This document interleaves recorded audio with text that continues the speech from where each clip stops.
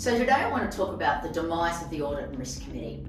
If we look at board committee structures, the Audit and Risk Committee is often a standard committee, and historically that's been because boards will always have an audit committee that helps them in their oversight of their financials, and then they've added risk to it.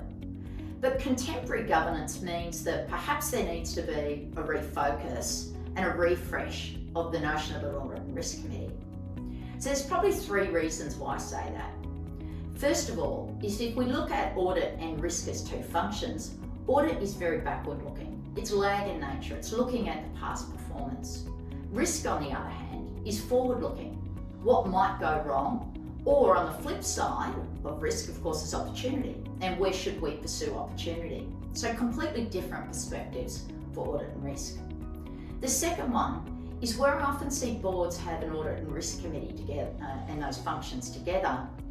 Audit seems to take priority. It seems to be that risk is on the second part of the agenda and doesn't get as much airtime. And thirdly, when we put audit and risk together, audit's about financial matters, and so the focus tends to be then from a risk perspective on the financial side.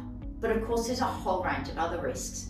And if we look at some really contemporary risks at the moment, workplace health and safety, cyber risk, and climate change risk.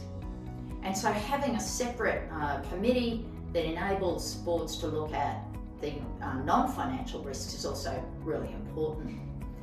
Indeed, if we look at some spaces, such as the financial services space, the prudential regulator, APRA, has mandated for some years now that in principle, those financial service institutions should split audit and risk into two separate committees.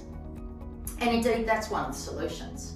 Sometimes I look at board structures and I think perhaps risk better belongs with other functions delegated to committees, perhaps with safety, for example, and leave audit on its own, or maybe put audit with compliance. A second option, and particularly if you need to keep audit and risk together because you've only got a small organisation and maybe that's only gives you space for one committee, is to keep audit and risk together but put risk first on the agenda. So start with risk, start with the forward-looking, the opportunistic, and the more strategic elements of the agenda, and then funnel down into audit. Or thirdly, maybe if risk isn't getting sufficient airtime, take it back to the board and have a very deliberate agenda on the board's agenda, which is about risk.